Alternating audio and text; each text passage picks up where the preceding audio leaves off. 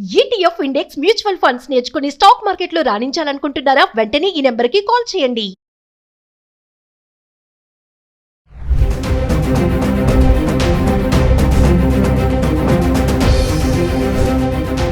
నమస్తే, welcome back to Suman TV. ప్రస్తుతం మనతో పాటు ఉన్నారు realtor oxygen founder and CEO, TEDx speaker, legendary award winner in real estate doctor Nandi Rameshwar Rao గారు. నమస్తే సార్. నమస్తే. సార్, మనం బంగారం ధరలు చూస్తున్నాం కదా సార్. మరి ఇప్పుడు శ్రావణ మాసము, పెళ్లిళ్ళ సీజను అయినా సరే బంగారం ఏ మాత్రం తగ్గనంటుంది. 1,03,000 చిల్లరలో ఉంది. వెండి చూసుకుంటే ఇంకా అది 1,20,000 దాటేస్తుంది అనుకోండి. అంటే ట్రంప్ తీసుకున్నటువంటి 25% ట్రంప్ ఆ టారిఫ్ ఇంపాక్ట్ కానీ ఈ బంగారం వెండి ధరల మీద పడిందా అంటే నేను చెప్తా సార్. సో ఇంపాక్ట్ అనేది డెఫినెట్ గా ఉంటుందండి. ట్రంప్ ఒకటే కాదు, మొత్తం వరల్డ్ కండిషన్స్ లో మారుతుంది. యుద్ధాలు అవుతున్నాయి, మనం ఆల్రెడీ చూసాం. Pakistan, India, Israel, Iran, Iraq, Ukraine, Russia అవన్నీ కూడా ఉన్నాయి. అయితే ఇక్కడ మాట నాకు గుర్తొస్తుంది ఏంటంటే, ఎగ్జాక్ట్లీ ఒక 20 years back, 22 years back Varalakshmi వ్రతంకి మా ఇంట్లో కాయిన్ కొంటారు. ఎప్పుడు కూడా చాలా మంది కొనుక్కుంటారు. 1 gram కాయిన్ మినిమం గోల్డ్ పెట్టాలని. నాకు 500 రూపాయలు కొన్నట్టు గుర్తు. అంటే 5,000 తులం. ఇప్పుడు అదే 500ది 10,000, 11,000 అంటున్నారు. మీరు టాటా తనిష్కి వెళ్తే ఎక్కువ ఉంటుంది. నార్మల్ మీద 1,000 రూపాయలు ఎక్కువనే ఉంటుంది, క్వాలిటీ ఉంటుంది. ఇప్పుడు అది కొనాలంటే ఆలోచిస్తున్నారు. పూజలు మానేస్తున్నారు జనాలు. మామూలు ఏదో పెట్టుకొని పాత బంగారం పెట్టుకొని చేస్తున్నారు. కరెక్ట్ కాదు. ఓవరాల్గా మన గ్రోత్ చూసుకుంటే లాస్ట్ 6 monthsలో మనకి ఏమైందంటే దాదాపు 40,000-50,000 దాకా పెరిగింది. అంటే అంతకుముందు నాకు తెలిసి హిస్టరీలో కూడా అంత ఎప్పుడు పెరిగిన దాఖలాలు నాకు కనిపించట్లేదు. సో శ్రావణ మాసం అంటే పెళ్ళిళ్ళు, పూజలు, వ్రతాలు ఇవన్నిట్లో కూడా గోల్డ్ ప్రిఫర్ చేస్తారు. Especially Indian ladies, south Indian ladies. నేను చెప్పాను, India is one of the highest consumer of the gold in the world. అంటే 1,000 టన్నులు, సంవత్సరానికి 1,000 టన్నులు. అంటే మన హైదరాబాద్లో చూసుకుంటే 200 షాపులు ఉన్నాయి. ఈ షాప్లో ఎంత బ్యాలెన్స్ ఉంటుంది, ఎంత స్టాక్ ఉంటుంది అని మనకు తెలుసు. సో దాన్ని బట్టి చూస్తే ఈ జరుగుతున్న పరిణామం కొద్దిగా అన్ఫార్చునేట్ కండిషన్ చెప్పలేదు. ఎందుకంటే అంత శాలరీలు పెరగట్లేదు కదా జనాలకి, అంత ఇన్కమ్ పెరగాలి కదా. ఇప్పుడు ఎవరికైనా 1,00,000 రూపాయలు శాలరీ ఉంటే 5,000, 10,000 పెడతారు సంవత్సరం మొత్తం. 6 నెలలు 50%, 40% పెరిగిందంటే ఇట్స్ మిరకల్. ఈరోజు బంగారు రేట్ చూసుకుంటే దాదాపు నాకు తెలిసి 1,03,000 ఉంది తులం. మనం 60,000-70,000 మాట్లాడుతున్నాం వీడియోస్. గత 6 నెలలుగా ఫిబ్రవరి నుండి ఫిబ్రవరి, మార్చ్, ఏప్రిల్, మే, జూన్, జూలై అంటే 6 నెలలు. 6 నెలల్లో మనకి ఎంత నెలకి యావరేజ్ చూసుకుంటే 8,000 to 9,000 పెరుగుతుంది. అంటే 40,000-50,000 పెరుగుతుంటే చాలా ఎక్కువ రేట్ ఇది యాక్చువల్లీ. సో డెఫినెట్గా ఫ్యూచర్లో కొద్ది తగ్గుతుంది, బట్ ఆ పాత రేటుకి అయితే రాదు. అదేవిధంగా సిల్వర్ చూసుకుంటే కనుక మీరు 1,25,000 అంటున్నారు. అంటే never in the history it happened. మనకి ఎప్పుడు కూడా బంగారం 10 గ్రాములకి కేజీకి కంపేర్ చేస్తే 5-10,000 సిల్వర్ తక్కువ ఉండేది. ఇప్పుడు 22,000 ఎక్కువ ఉంది. ఇప్పుడు 1,03,000 వర్సెస్ 1,25,000. అంటే ఎక్కడికి వెళ్తుందో మనం తెలియట్లేదు. ఒక పక్క ఉద్యోగాలు పోతుంది, ఒక పక్క రష్యన్ అవుతుంది.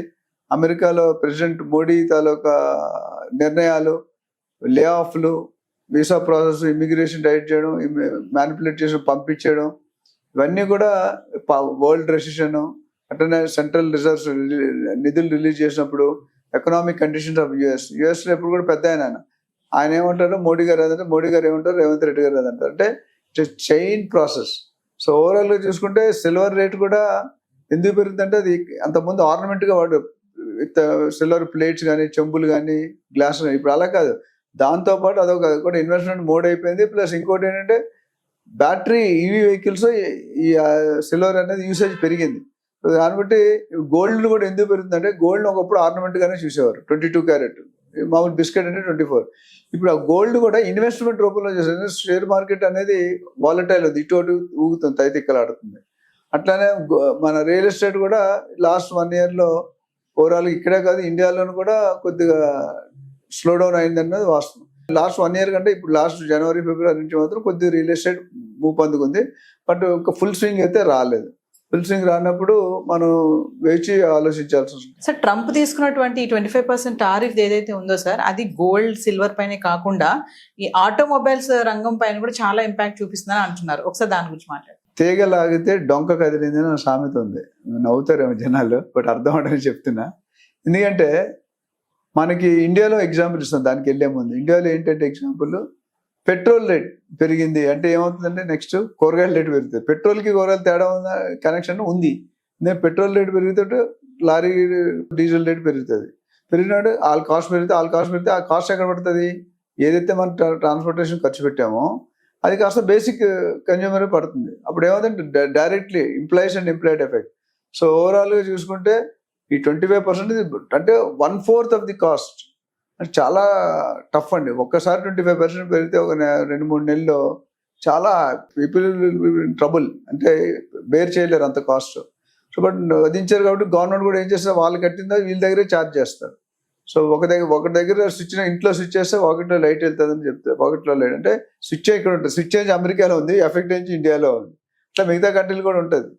సో ఓవరాల్గా చూసుకుంటే కనుక ట్రంప్ నిర్ణయాల వల్ల మొత్తం ఎకానమీ ఆఫ్ ది వరల్డ్ అనేది డిస్టర్బ్ అయిందనేది నా పర్సనల్ ఒపీనియన్. ఎందుకంటే డిస్టర్బ్ అవ్వకూడదు, కాన్స్టెంట్గా పెరగాలి, కన్సిస్టెంట్గా పెరగాలి. ఎప్పుడైనా ఇలా పెరిగినట్టు 45 degrees పైకి వస్తాడు, బిజినెస్ కూడా ఇలా పెరిగిందంటే ఇలా పడిపోతాడు. ఇక్కడ కూడా ఏమవుతుంది, 2500 దడ పుట్టిస్తాడు. అంటే 50% చేస్తా 100% చేసి ఎవరు కొండ మానేస్తాడు అమెరికాలో. ఎందుకంటే అంత పట్టి కొట్టలేం కదా, కొనుక్కునే కదా. ఇప్పుడు ఏదైతే 10 రూపాయలు ఉందో 20 రూపాయలు చేసి ఎవరు కొంటారు? 10 రూపాయలు 11-12 రూపాయలు చేస్తే డెఫినెట్గా 10-20% ఈజ్ యాక్సెప్టెడ్. సో ఈ డెసిషన్స్ అనేది కొద్దిగా ఆలోచించి, నాకు తెలిసి మేబీ ఒక 1 year తర్వాత ట్రంప్ గారు ఏమైనా మారుతారు అనుకుంటాను. ఇప్పుడు ఆల్రెడీ 6 నెలలు అయిపోయింది, 6-7 నెలలు. So he has to rethink about the relationship, bonding.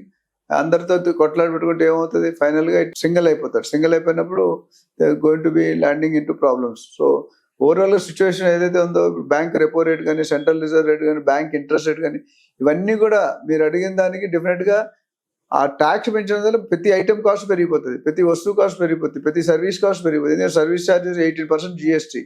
ఇప్పుడు గోల్డ్లో కూడా 1,30,000 అనేది ఐ థింక్ బేసిక్ ప్రైస్, అది 18% అయితే 1,20,000 అవుతుంది రఫ్గా. 1,20,000 అంటే two high, double the rate. 60,000 cost 1,20,000 అంటే ఎవరు ఎఫర్ట్ చేస్తారు? సో సీరియస్గా ఇది ఆలోచించాల్సిన విషయం. కంట్రీ టు కంట్రీ రిలేషన్ మాట్లాడుకొని సెటిల్ చేసుకోవడం బెటర్.